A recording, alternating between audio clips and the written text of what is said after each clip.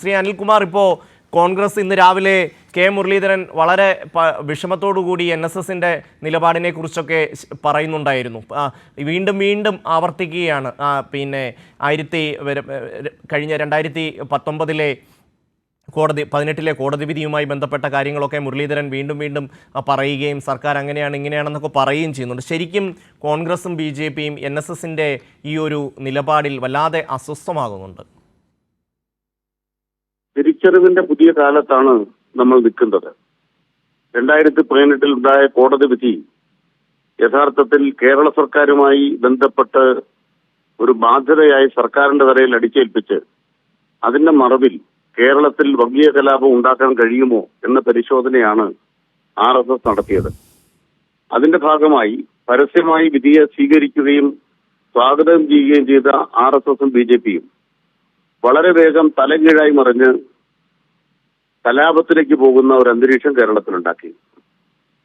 ഇന്ന് NSS തിരിച്ചു നിന്ന് ആലോചിക്കുമ്പോൾ അന്ന് NSSന്റെ ആത്മാർത്ഥമായി അവർ വിശ്വാസപരമായി ഉപയോഗിച്ച എടുത്തുയർത്തിയ പ്രതിഷേധത്തെ റാഞ്ചാൻ കോൺഗ്രസും BJPയും നടത്തിയ പരിശ്രമം തിരിച്ചറിഞ്ഞു എന്ന് മാത്രമല്ല, സമരരംഗത്ത് NSSനോടൊപ്പമാണ് എന്ന് അഭിനയിച്ച രണ്ടു കൂട്ടരും ഇക്കാര്യത്തിൽ വഞ്ചനാപരമായ നിലപാടാണ് അതിനുശേഷം പുലർത്തിയത് എന്ന് NSS തിരിച്ചറിഞ്ഞു.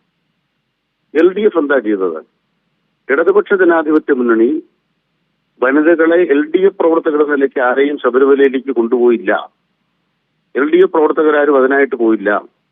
ഇടതുപക്ഷ ജനാധിപത്യ മുന്നണി ശബരിമലയെ വിവാദ കേന്ദ്രമാക്കാതിരിക്കാൻ ഭരണഘടനാപരമായി സ്ത്രീ പുരുഷ തുല്യത എന്ന പ്രശ്നത്തെ നവോത്ഥാന കാഴ്ചപ്പാടിൽ പൊതുസമൂഹത്തിൽ അവതരിപ്പിക്കാൻ ശ്രമിച്ചു എന്നുള്ളത് സത്യമാണ്. അത് നവോത്ഥാന മതിലാണ്, അത് ശബരിമലയിലേക്കായിരുന്നില്ല.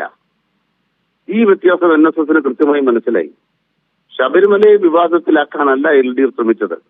അവര് അവരുടെ രാഷ്ട്രീയ നിലപാട് വ്യക്തതയോടെ അന്നും ഇന്നും എന്നും പറഞ്ഞിട്ടുണ്ട്. ഇന്ന് സുപ്രീം കോടതിയുടെ വിധി അതേപോലെ നിലനിൽക്കുന്നില്ല. വിധി പ്രഖ്യാപിച്ചവർക്ക് തന്നെ ആ വിധിയെക്കുറിച്ച് സംശയമായി.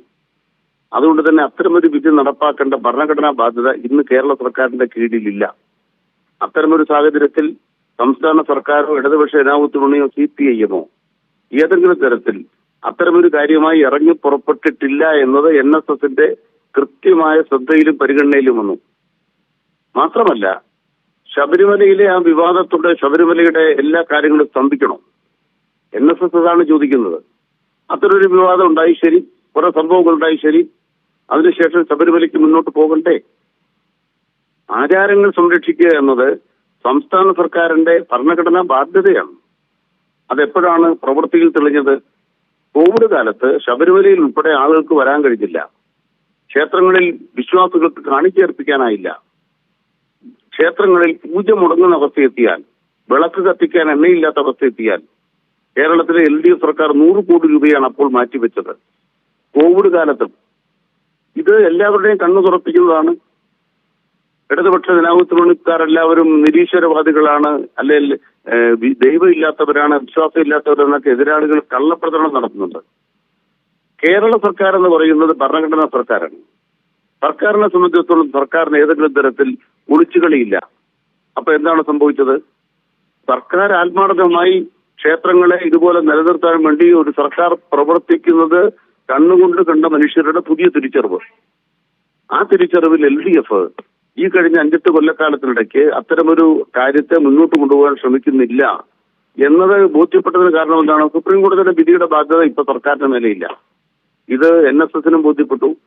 അപ്പൊ NSS ഒരു നിലപാടന്ന് സ്വീകരിക്കുകയുണ്ടായി.